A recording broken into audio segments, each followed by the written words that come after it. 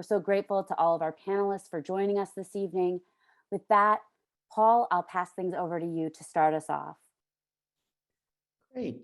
Thank you so much for that introduction and for inviting me, and to all of you for joining us for this webinar.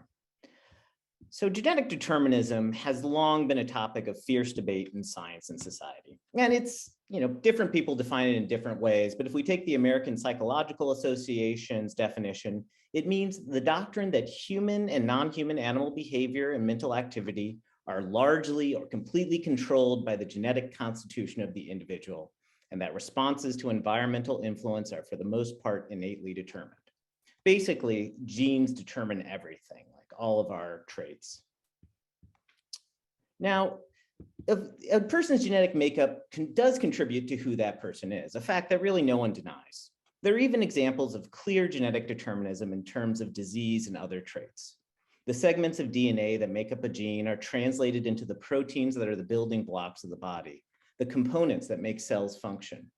If a gene is mutated, then you are in danger of losing a structural component of the body. This is the basis of many rare genetic diseases like Tay-Sachs or spinal muscular atrophy. In hemophilia, proteins necessary for blood clotting are lost because of genetic mutations. Less tragically, there may be distinct forms of a protein encoded by different gene variants, leading to different blood types, for example.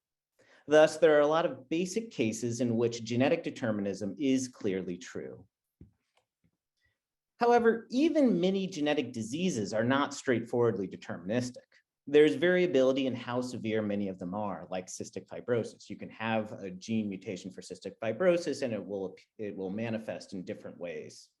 The famous breast cancer gene BRCA1 leads to a predisposition to breast cancer, with an estimated 55 to 72% of women with the mutation developing breast cancer, as opposed to 13% of women in the general population.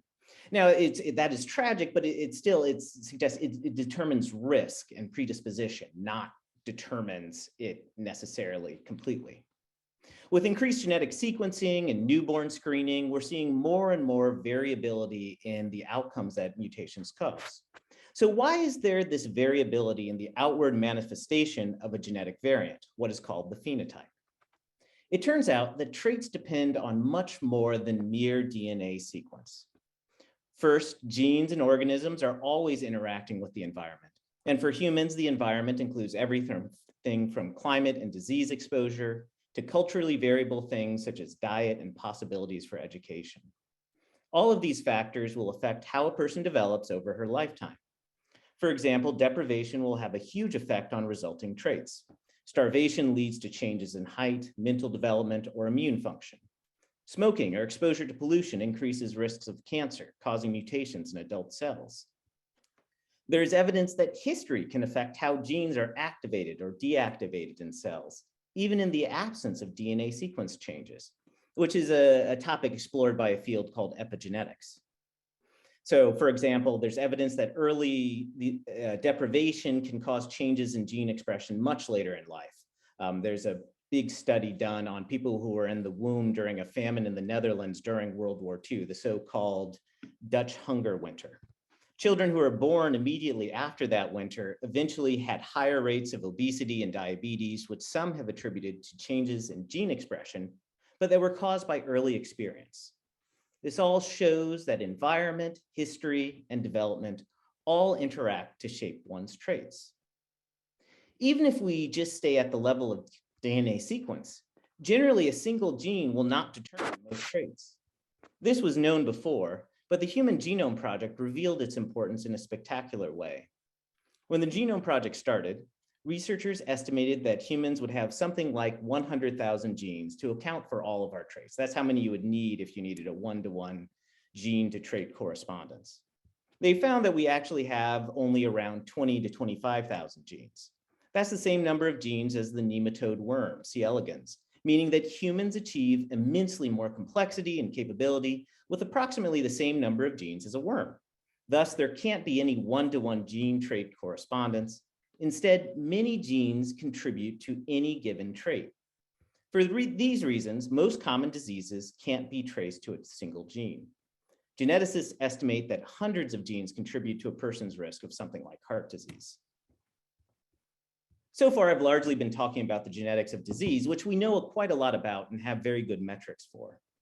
Historically, however, when people spoke of genetic determinism, they were frequently interested in more behavioral traits like intelligence, aggression, homosexuality, and so on. In the past, some people thought there could be single genes for such traits, like the eugenicist Charles Davenport pictured here, who postulated a single gene for what he called feeble-mindedness that would cause everything from low intelligence to criminality to unemployment. However, such traits aren't caused by single genes. We can pretty conclusively say that there is no simple determinism with most of the traits that a political scientist or ethicist would care about. Yet you might ask if the combined actions of all genes together might determine our traits. Now, geneticists are working on determining the combined effect of the many genes working together, right? They use a technique called genome-wide association study, or GWAS, that examines thousands of DNA sites across the genome. And these are DNA sites that differ between people in our population. These are differences in a single DNA base pair. So on the slide, you can see the top variant has a red G and the bottom one has a red T, both at the same position. Otherwise, it's the same, and otherwise that site is the same. These variants are called single nucleotide polymorphisms. They're just one slight change. Now, the details aren't too important, and how a GWAS works is somewhat complex. But basically, what geneticists do is take thousands of people, measure a trait like height, intelligence, or diabetes, and see whether each variant of a SNP is correlated with the trait. So for example, SNP1 in the slide, it will increase, say, heart disease risk by 0.3%. SNP2 would decrease it by 0.06%. By adding up all of the increased and decreased risks across the genome, researchers determine what is called a polygenic risk score, PRS, the risk that a person will have a trait. So in the slide, you'd add up 0.3 from SNP1 minus 0.06 from SNP2 plus 0.08 from SNP3, and that would give you a very simple PRS. So for heart disease, a person who had many SNPs that increased risk of heart attacks would be at high risk for the disease. There would be other people who would be low risk because of their specific genes. Note that this is risk, not determinism. Researchers are employing this technique to study other traits, most controversially intelligence. Geneticists claim that they can correlate individual variants with the results of IQ tests, or even with educational attainment, meaning the years of schooling that a person has. These behavioral geneticists hope to predict the likelihood that a person might have high or low intelligence. Beyond the social and ethical concerns these technologies might raise, which we'll discuss later in this session, these studies have a host of practical problems. First, once you move beyond physiological measures like cancer cases or heart attacks into the social and behavioral realm, the measures used by researchers become much more controversial. There's a long history, of course, of criticizing IQ tests, but the tests used in these large genetic studies aren't even the classic hours-long IQ tests, but merely short 13-question surveys. Further, these results are only valid for the population that is tested in these studies. And at this point, these people who are part of these studies are mainly upper middle class women of European descent. And so they won't apply to people with different ancestry, different populations. And even for these groups, these risk scores have very low predictive value. So far, they only explain about 7 to 10% of the variability in something like intelligence, for example, right? So these aren't actually predicting that something has been determined. There's further a debate over how well these studies control for environmental differences. Finally, the scientific validity and value of these measures are unclear. After all, these are correlations, and correlation does not equal causation. Even granting all these points, though, these experiments show that genetics does not act deterministically. There is a tremendous variability even within people sharing a risk score. Let's say a person's PRS put him in the 80th percentile of risk. People within that group will still show a broad distribution of outcomes, as shown in this green curve. So say this is something like height, right? Even the people with a high level prediction of high height will have great variability, or intelligence, they do have great variability. In fact, the outcomes of many people at high risk will overlap with many people at low risk, as shown in the purple line. So what do such scores really tell us then? Despite these problems, there are still companies that are commercializing these tools, like Predictive Genomics, which is providing PRS scores for things like diabetes for couples undergoing IVF. Other behavioral geneticists argue that these risk scores should be used in social settings like schools to predict and manage performance. For all the reasons I've discussed and for many other moral concerns, I think this is a bad idea. In conclusion, outside of some rare congenital diseases and certain other examples, our genes don't strictly determine our traits. Even in many congenital diseases, outcomes are quite variable. Of course, genes do play a major role in our biological makeup, but they do not do so alone. They interact with history, environment, other genes, and random factors over the course of development. At most, science can suggest statistical correlations between certain genes and certain traits, but this only works at the level of a particular population. The science of genetics has much less to say about the individual, and is at the level of the individual human dignity and flourishing that we should be most concerned. Thank you. Thank you. And thanks so much for this invitation to join this webinar. I'll start by saying I wish every single commercial DNA and ancestry corporation on Earth was required to listen to Paul's presentation, because what he just said is what we're not hearing from a lot of the services that are making promises to consumers, particularly in the US, about what they can do. So I'd like to start with two stories, which might seem unrelated, but I will try to draw them together to show you a theme. The first was the music streaming platform Spotify, which in 2018 announced a partnership with Ancestry.com, which, as many of you probably know, is one of the leading genetic genealogy services online. So Spotify users were given the option of integrating the DNA test results that they'd gotten from Ancestry.com into their listener profiles. And then Spotify's algorithm would work to give them whatever percentage of their ethnic background Ancestry.com had determined they had. It was going to be integrated into their playlist. So, for example, if 10% of your Ancestry.com profile said that you were Scottish, 10% of your listening options would be algorithmically determined Scottish music. A writer named Justin Smith, who writes a bit about technology, had tried this service and found something kind of unusual. He said, you know, the advertisement for the service says, if you could listen to your DNA, what would it sound like? And he plugged in his DNA and he said, you know, he's about 10% Irish. He says, the answer, it turns out, at least for the partially Irish among us, was that your DNA sounds like Enya and Riverdance. So that's one little story I want to start with. But let's also think about the services in addition to Ancestry.com, services like 23andMe, which a lot of people have also heard about. And there are others not as big as 23andMe and Ancestry.com, but an estimated 1 in 5 Americans have turned over their DNA, their genetic material, to one of these companies. And what these companies have promised is precisely what Paul has just outlined for us very well, which is telling you what your genetic future might be. 23andMe in particular had to pull back a little after it initially made promises about what it could tell you about your genetic profile after they were investigated by the FDA. So now they use sort of different words. You know, they don't say this is predictive. They sort of use a lot of PR speak to comply with FDA regulations in this realm. But these companies aren't just trying to give you a sense of your DNA profile. They have long-term strategies in place to profit off of your DNA. 23andMe in particular just bought a company called Lemonade AID Health. This is a telehealth company. They also do drug delivery services. And 23andMe is using its vast database to start to develop drugs based on the information that they've been given by all the people who've submitted their DNA to 23andMe. So this raises, of course, a lot of privacy issues. It does, which have been talked about by bioethicists and privacy advocates for years.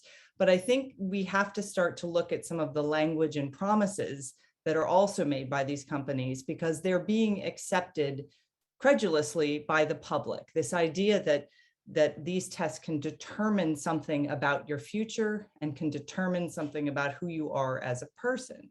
This brings me to the second anecdote, which is another series of stories that I'm sure a lot of you have read about in the news, and that's the use of DNA dragnets by law enforcement agencies. These are law enforcement casting a wide net using DNA databases to try to find, generally with cold cases, to find homicide, using homicide victims' DNA found at the scene of crimes, often cold cases, decades and decades old, to find murderers, to find criminals. The most famous one recently was in 2018, when police used it was an open source database called GEDmatch, which was used by genealogists to arrest the Golden State Killer. Probably a lot of you have heard about this. But this is something that I think a lot of people who share their genetic information with companies like 23andMe or submit to databases like GEDmatch don't think about.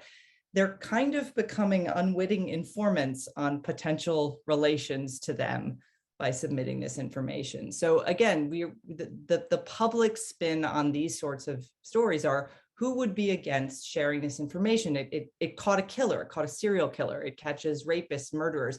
This is all good.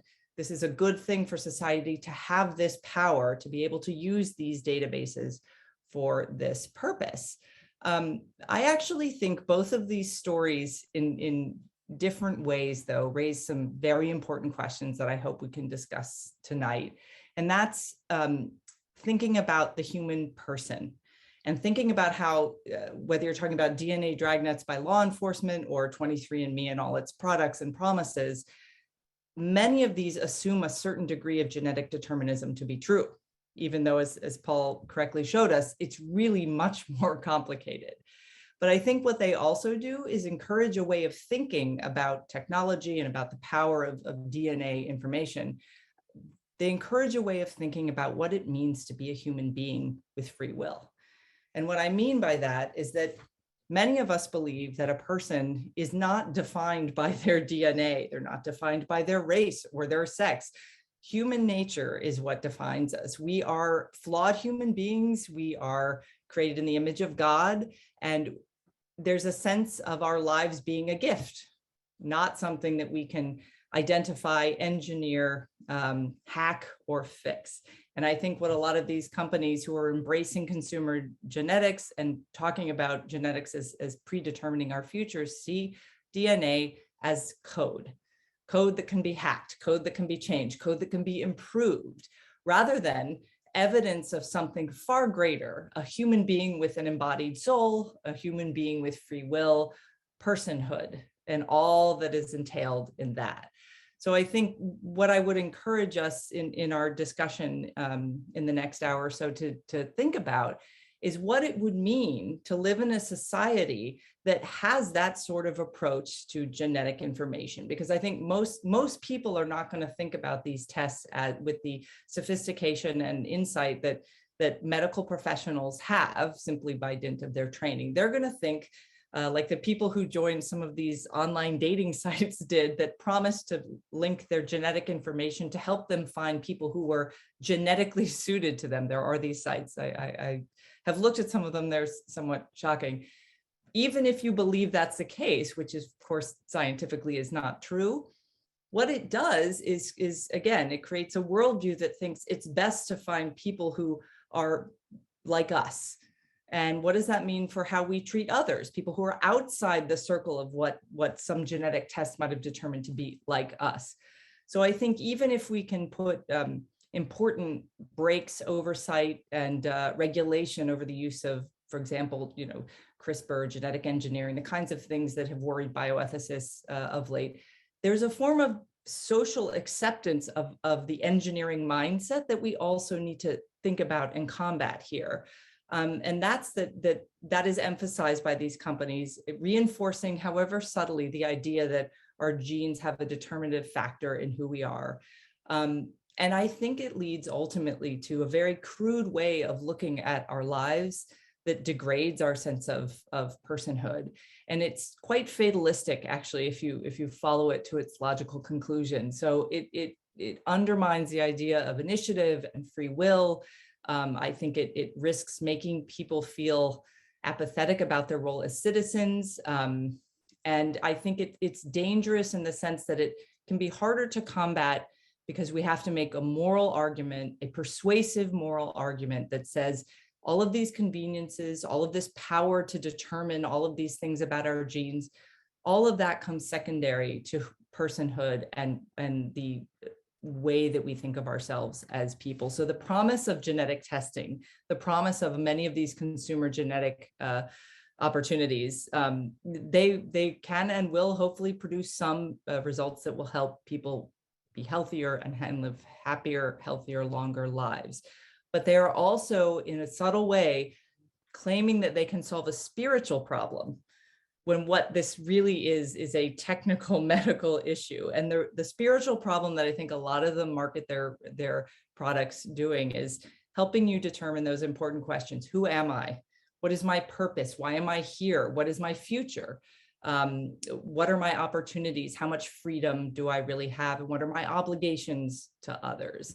So as we think about not just the technical abilities we have to understand genetic information, but also the future of how we use it, I want us to really discuss and think about ways that many of these products really seduce consumers into believing that they will tell them about themselves.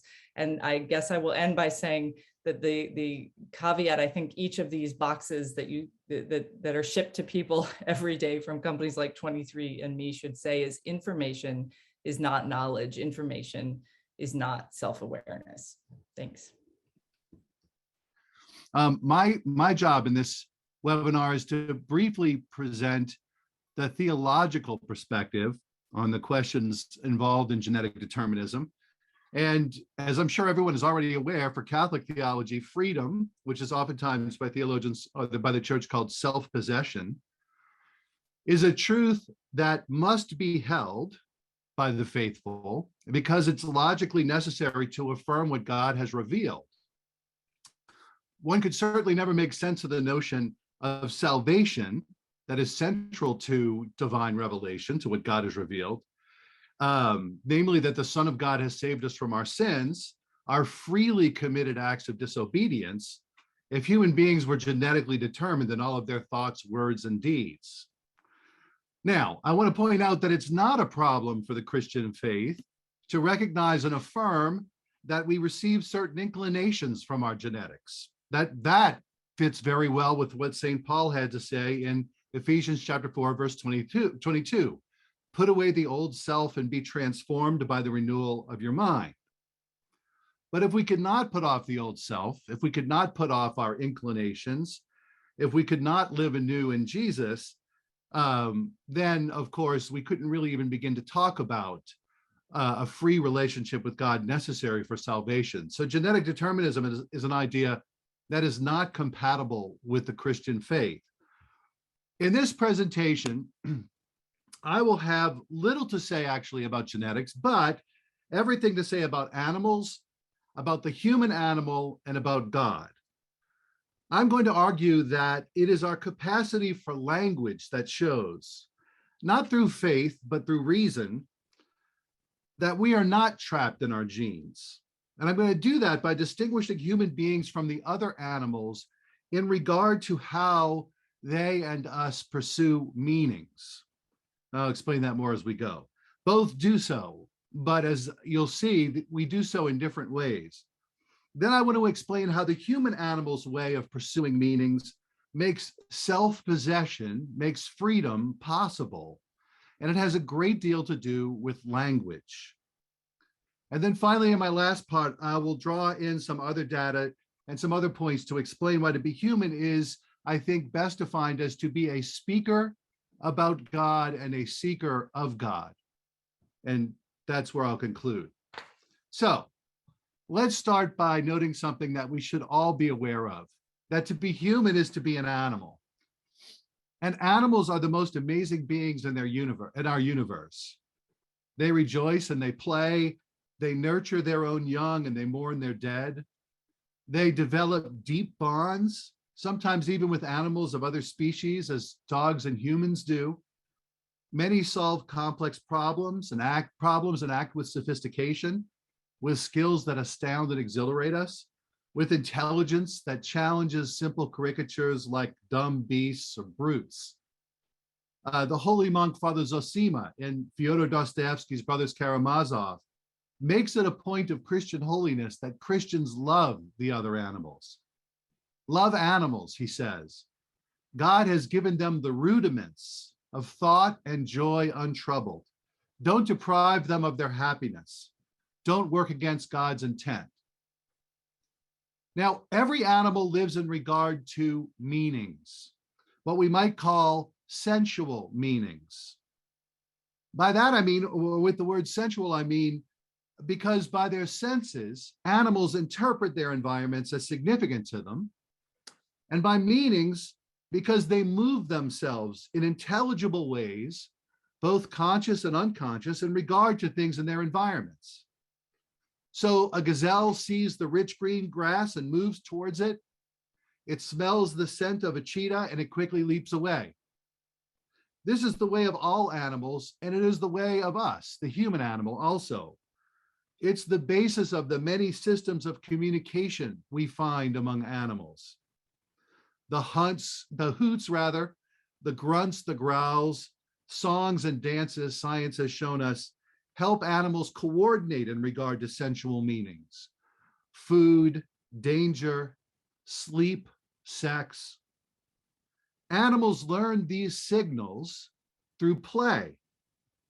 And in 1936, the great Catholic philosopher Charles de Koninck anticipated 21st century biology when he wrote that it was almost certainly play among higher primates, the most social of all animals, that called human reason into existence by honing its neural groundwork.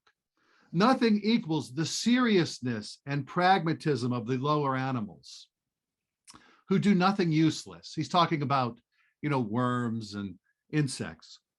He says higher animals, on the contrary, play. Nothing prevents us from imagining that it is in play, which requires a quick adaptation to new situations and sharp attention, that the higher animals have been progressively disposed and have called intelligence into the world. For the proper life of intelligence is above all play, a game within the principles of being and thought. So animal play is deeply communicative. It involves rituals, gestures, vocal signals, and imitation. And in human children rather, human reason develops through playful communication. But it does so with a crucial difference, a crucial human difference. In humans, communication becomes language. And for all human beings, past, present, and future, language changed sensual meanings forever. Sometime around 100,000 to 200,000 years ago, within one species of animal, Homo sapiens, a great change occurred. So radical was this change that it has been called a revolution, a great leap forward, even a spiritual transformation by paleoanthropologists. Thanks to the advance of comparative linguistics, some scientists hypothesize that all human languages have evolved in the way animals have, with descendant languages branching away from ancestral languages. The vocal sounds in today's languages become fewer and fewer the farther away from Africa they are found, or where they originate, which seems to point to an original single language, just as the human genome points to a single ancestral human population. So human genetic patterns and human language patterns are deeply similar, and they both point to Africa. What happened there? Well, we know that in non-human animals, vocal sounds and physical movements mean things. This howl signals prey, or that dance means mating. All experts agree that the systems of communication among our primate ancestors, and even among early humans, with bodies barely distinguishable from our own, that these were very sophisticated, but remain tied to the environment in a way not qualitatively different from other animal systems of communication. Then somewhere in Africa, signals became symbols and sounds became human language, a network of symbols that make us able to objectively interpret our subjective experiences. Human animals remain tied to sensual meanings, but through language, we came to be able to know the world and ourselves in a way that goes immeasurably beyond our ties to our biological needs and the environment that provides for them. Language changed what it meant to be an animal for Homo sapiens. Animals make judgments, but as St. Thomas Aquinas says, language or reason makes it possible for us to pass judgments on our judgments. Animals have consciousness and know things. In language, human animals know that they know. In short, language produces reason in its user. And hence we call the human animal the rational animal. Now, how did this happen? What physiological, neurological, or genetic change occurred? That's for experimental science to tell us, and it hasn't been able to tell us yet. Scientists now can only hypothesize. One way that they hypothesize this, how this happens, is that our capacity for verbal communication was the product of the exaptation, I'll explain that word in a second, of our pre-existing neurological and vocal capacity for verbal communication. So our capacity for language was exapted out of what was a verbal communication system. Exaptation is when a primary trait, like feathers on flightless dinosaurs, become foundational to a radically new behavior, like flight in modern birds, which is a trait that birds inherited from the dinosaurs who glided and flew. In the words of the paleoanthropologist Ian Tattersall, a small tweak to an existing and independently viable structure gave rise to a new form of interaction among the brain's constituent parts that gave it an entirely unprecedented level of complexity and function.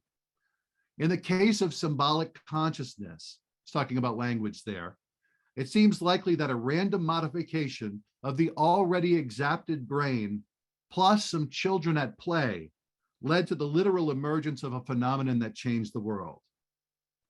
But let's go to the takeaway. In language, we human animals stand above things and we understand them from so many perspectives that we could never count them all. The giraffe knows the lion as a threat. We know the lion as a threat, as a collection of organic compounds, as a symbol of royalty, as a mammal, as maned in males and maneless in females, as threatened with extinction. The list goes on and on. Your sensations belong to your body and mine belong to mine. And though they might be similar, they are never exactly the same. But in language, I can share with you concepts that are identical to yours. Animals have nervous systems that produce meanings. Language is a new system that produces understanding of those meanings, of all meanings, even ones not significant to me living in my environment, such as the distance of our planet from Alpha Centauri, or the first moments of the expansion of our universe. The Louisiana Catholic novelist Walker Percy, whose study of language was inspired by the discovery of deafness in his daughter, put it memorably.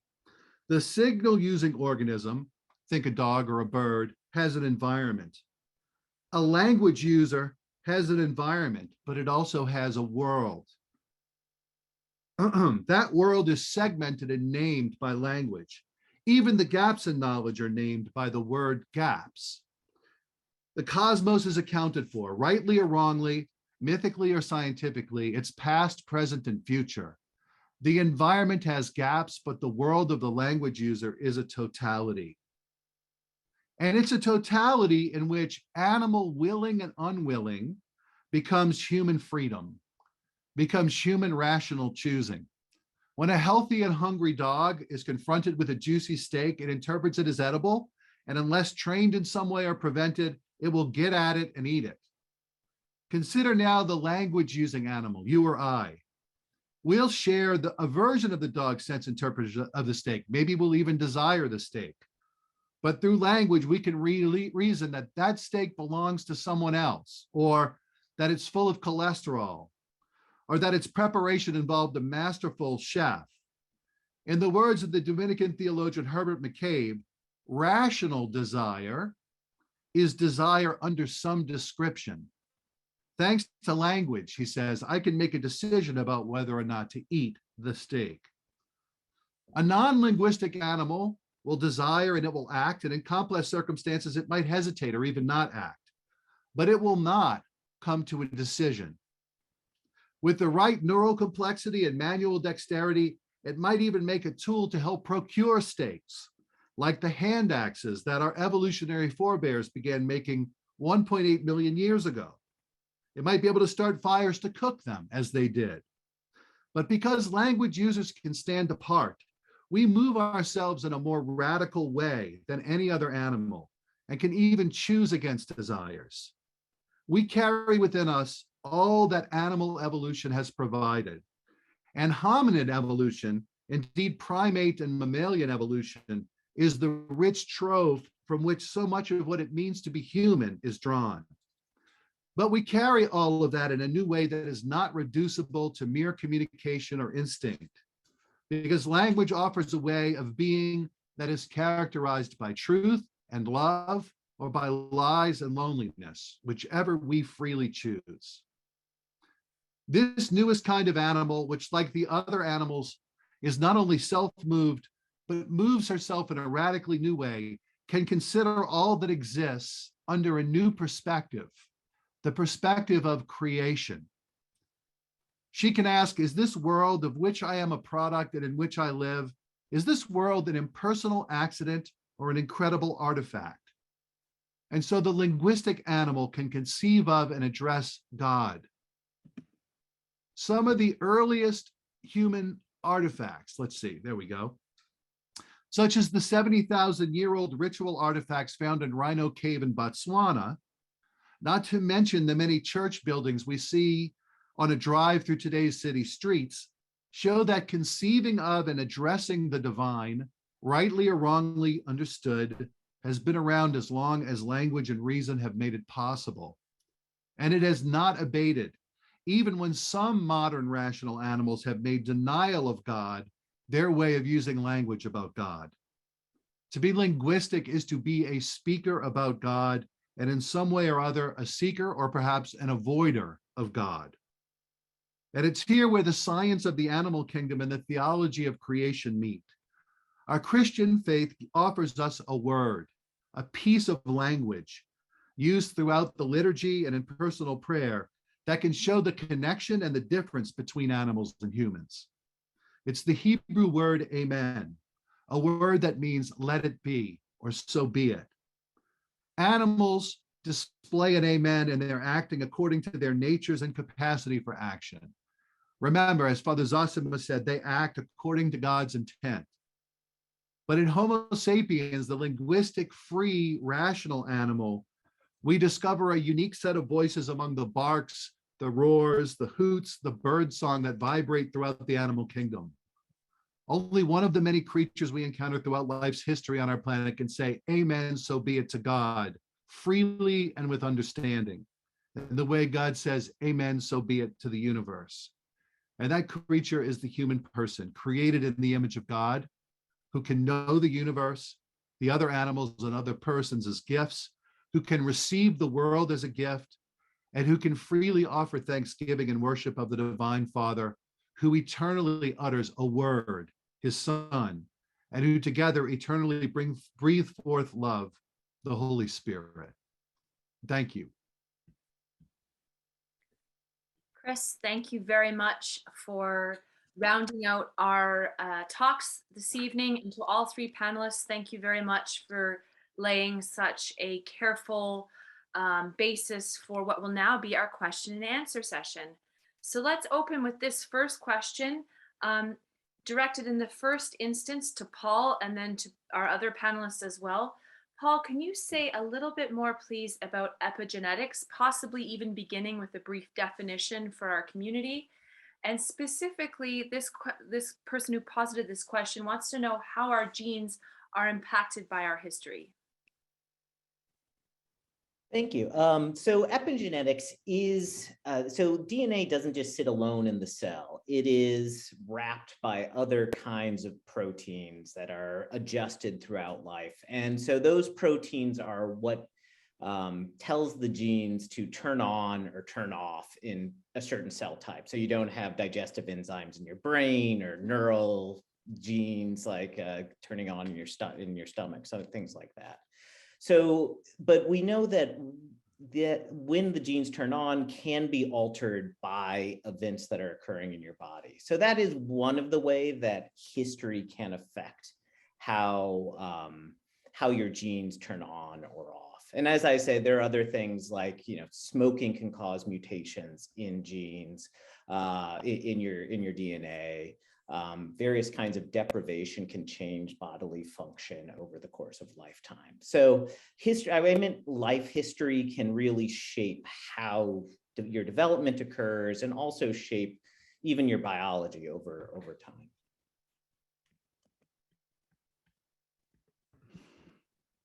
If I could just add to that, it's an interesting historical, not quite a reversal, but an interesting historical change, right? Because the eugenicists in the late 19th and early 20th century, including Charles Davenport, who you saw on Paul's presentation, really were fighting this idea that environment was going to have any impact. In fact, what drove a lot of them at the time was this concern that charity and social welfare was actually increasing the number of so-called feeble-minded. So they were so emphasized, they so emphasized, they didn't call it genes, obviously at the time, they called it feeble-mindedness, germplasm, the things that lurked inside of you that were permanent and couldn't be changed, because they really didn't feel like changing the environment was useful. So it's interesting to see the epigenetic discussion come back to environment with this link to its impact on genes. I will say it also raises a host of important ethical questions for those of us who think about this. I mean, epigenetics has been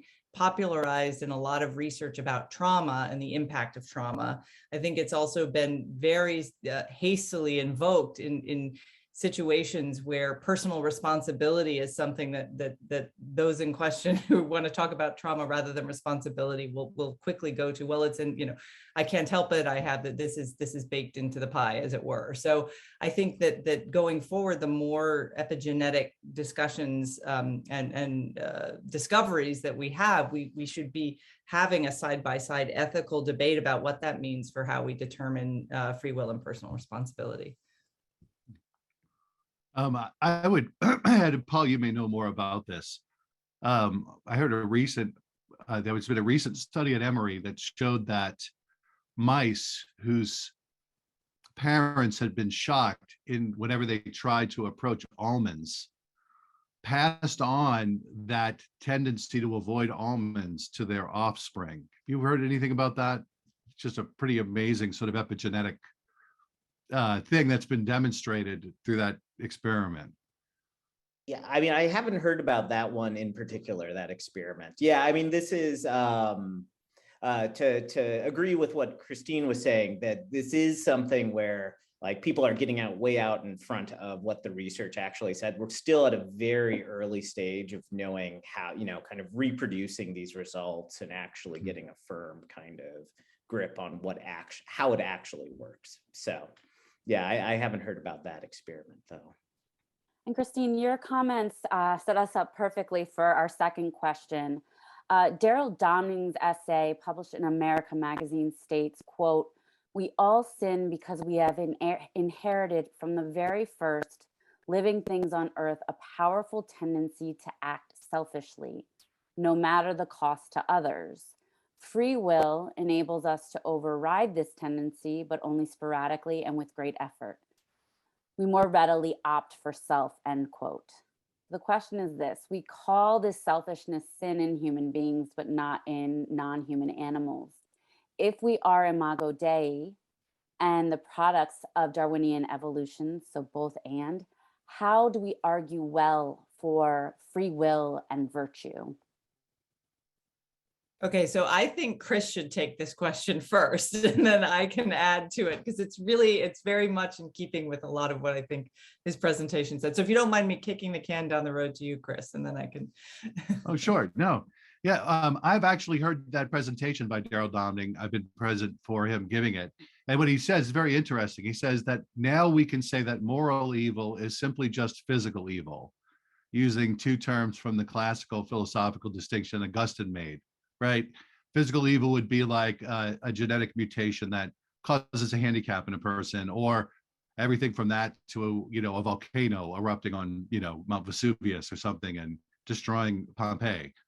But what I hope that I was able to demonstrate is that what we can see in human beings is that we are deeply shaped by our inclinations. There's no doubt about that, right? But we're not simply shaped by them. We can freely shape them. We can orient them towards different paths. I think about, for instance, outgroup bias. That's been pretty well demonstrated in human beings, even in infants, that when they see, because it's just a byproduct of our highly social nature, because we bond so closely in groups, people who don't look like us cause suspicion in us because of the difference. But then compare that to St. Peter Claver, the Jesuit who made himself a slave of the slaves and would meet every slave ship, going out and basically bathing them and feeding them and cleaning and caring for them, right? There's an example of someone who is free, even if there was that inclination before. And of course, the famous example of St. Francis of Assisi, who on his deathbed said that it was meeting a leper on the road and embracing that leper against this sense of disgust and desire to run, embracing that leper and putting his cloak around him, that led him down the path that made him the incredible, that gave us the incredible life that we all know. And I do think that that's deeply tied to our language capacity. The language and reason go hand in hand.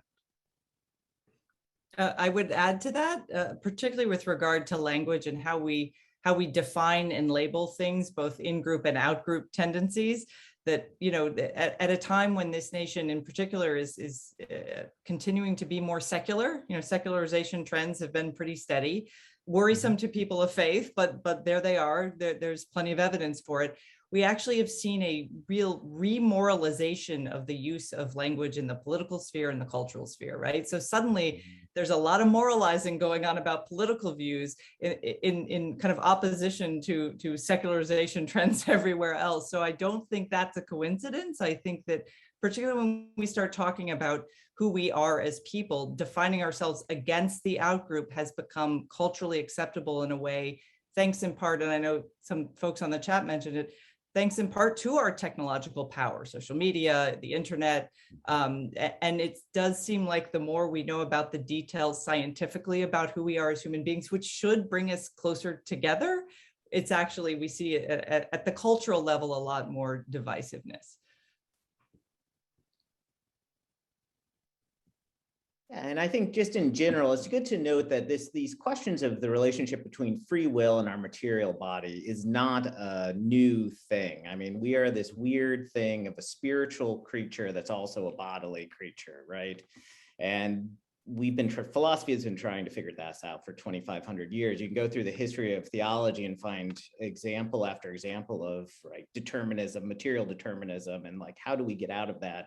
And our inclinations are bringing us down. And this issue of genetic determinism is just a new thing that arises in the aftermath of Platonism, astrology in the medieval period. They were still talking about, well, if the stars determine us, how can we have free will, right? So this is just a long history of how do you relate spirit and soul and body, spirit and material, which we have not yet solved. Thank you. So I guess as posited to us, this question was for one of the panelists, but I think this one might be a question that all three of you might want to weigh in on. And it speaks to prenatal genetic screening. And so the question is, could you speak to the broader concerns raised by prenatal genetic screening? And what should be some guidance offered to Catholic couples in this regard?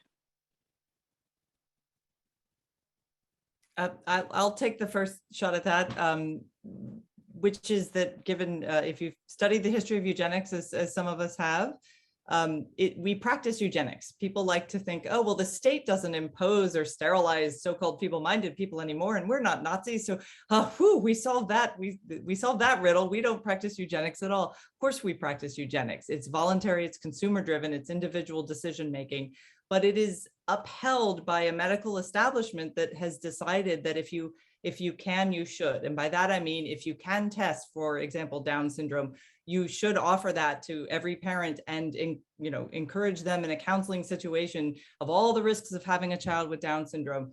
The bias towards killing children who have anything that is medically diagnosed as a defect has been powerful for far too long. And we see this again with statistics. Down syndrome children are ceasing to exist in certain parts of the world. They are no longer born.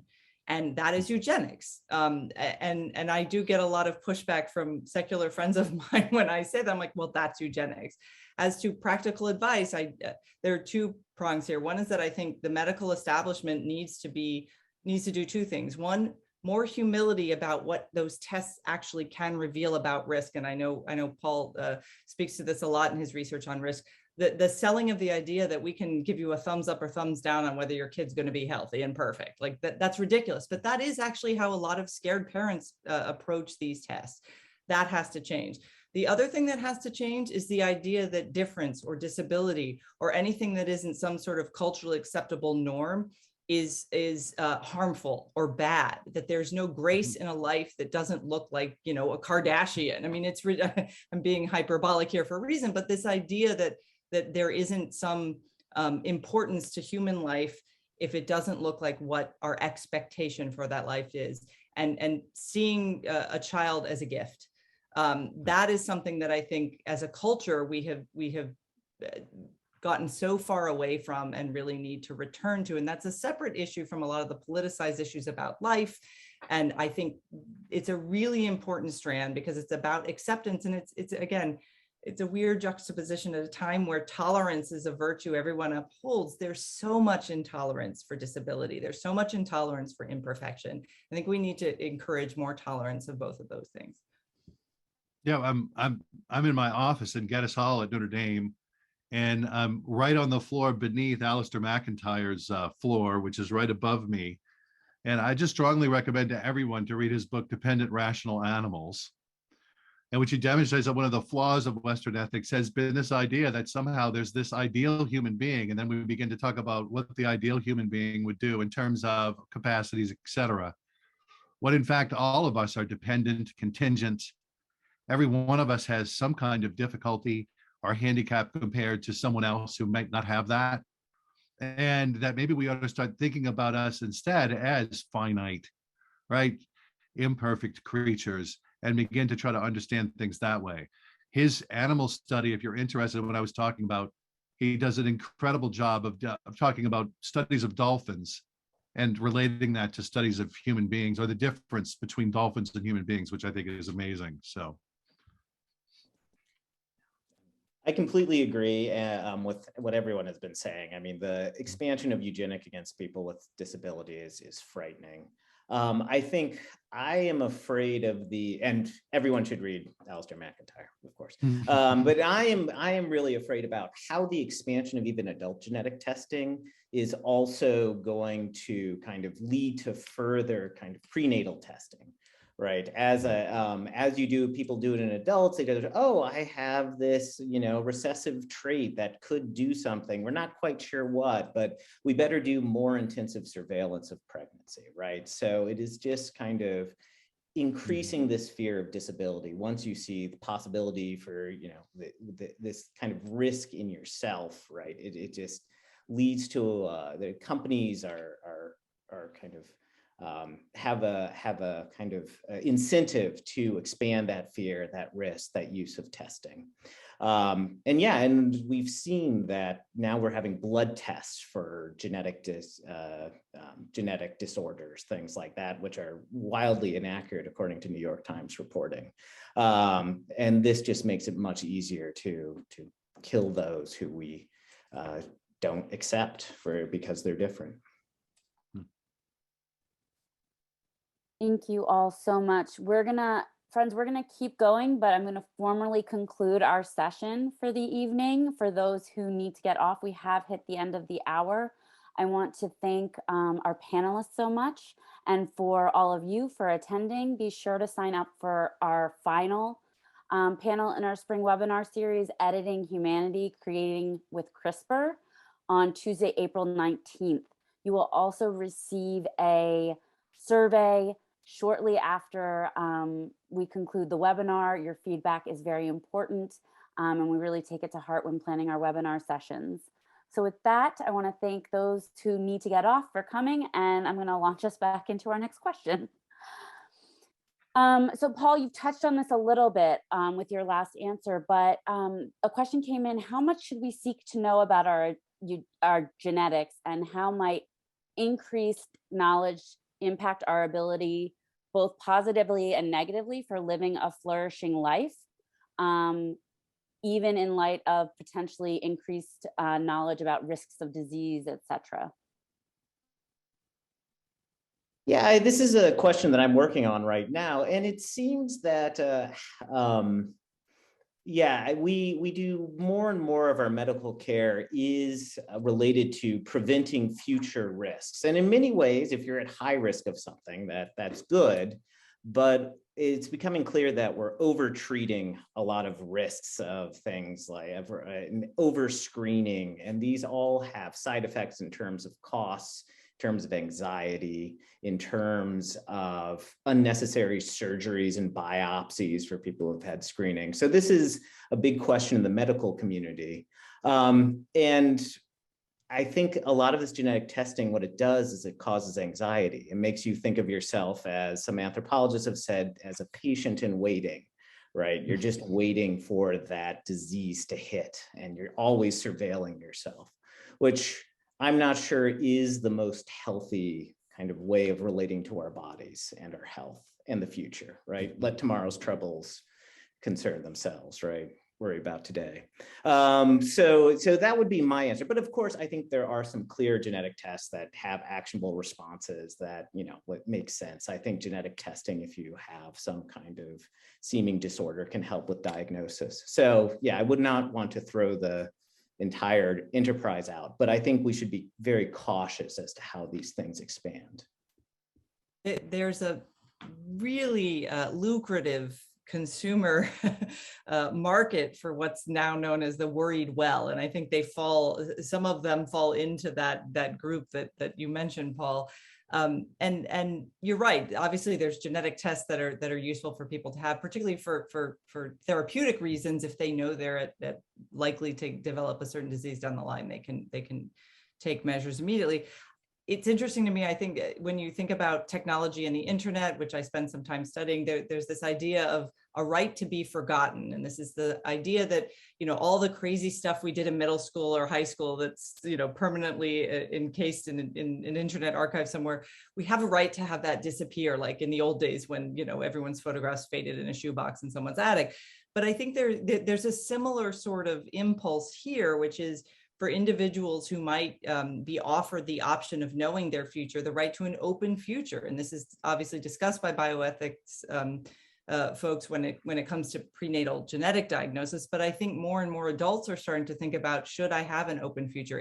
If I know I have a high risk for a gene that might produce a form of dementia that would kill me early, early onset Alzheimer's, for example, there are people who make a decision not to get the tests, particularly when the risk is quite high if the test shows that they are a carrier. So those decisions are being made at an individual level, obviously, hopefully with the help of genetic counselors. But again, from a cultural perspective, nobody wants to talk about that stuff.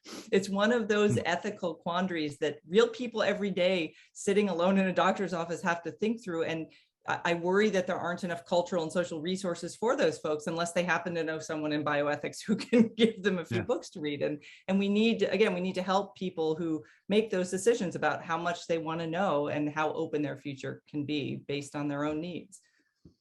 I quoted Walker Percy earlier.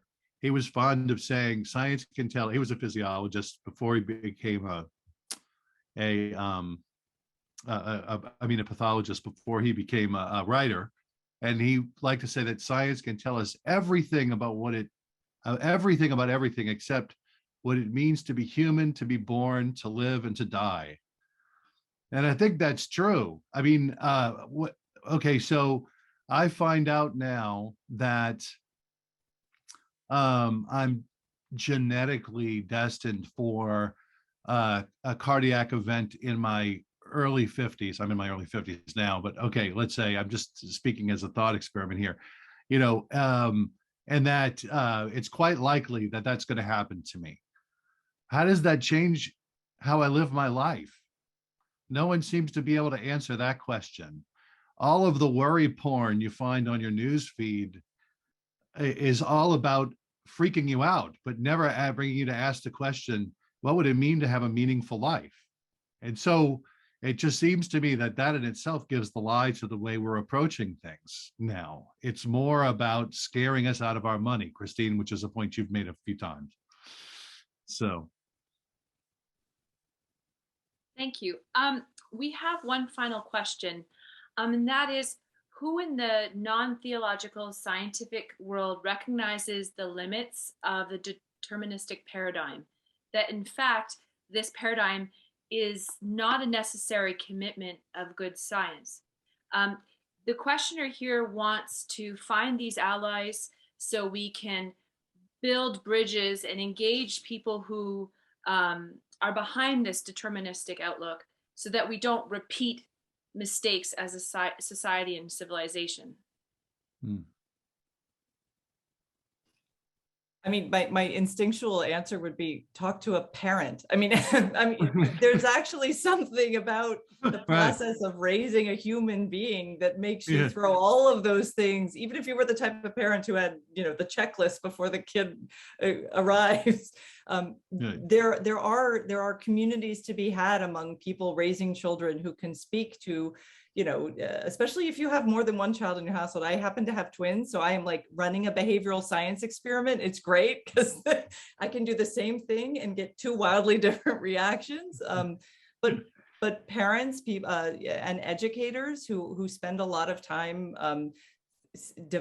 helping young people develop into reasonable, rational adults are one group. I mean, there are a lot of writers who are exploring these ethical questions in fiction and in science fiction. I'm not sure in terms of like forming allies to do what. I mean, activism, that involves, interest groups, and there are plenty of those too. There are a lot of nonprofit organizations whose work is to better educate and inform policymakers about all of these ethical questions. So that would be my off the top of my head response.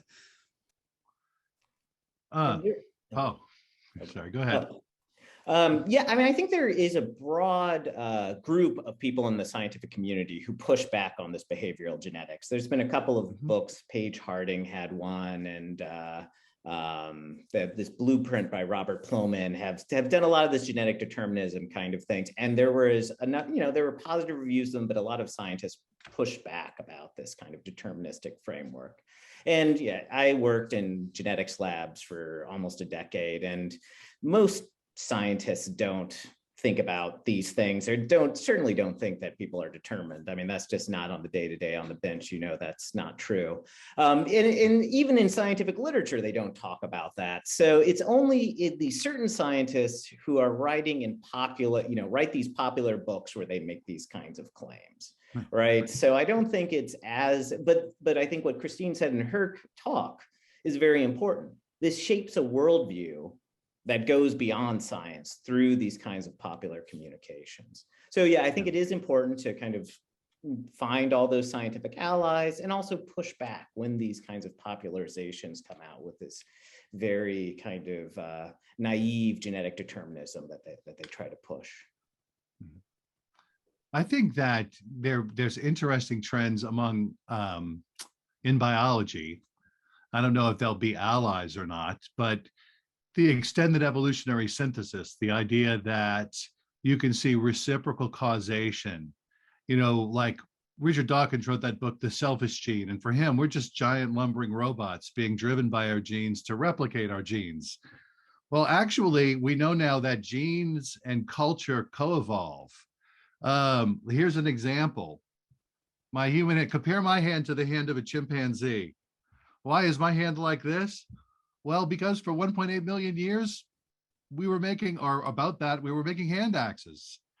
These kind of hands with the dexterity that they have. So as we were changing the environment, it was also shaping the way human evolution laid out. The same is true with earthworms. They change their environment, and that conditions the way earthworms evolve, the way future generations of earthworms change. So there is this sense in which that this idea of, like you said earlier, Paul, one behavior to one gene and utterly determined and so on, it just simply has been transcended by what scientists have discovered about what evolution really involves. So there would be one thing. I want to thank all of our panelists this evening for a fantastic conversation, for 3 wonderful presentations, and a really stimulating Q&A period.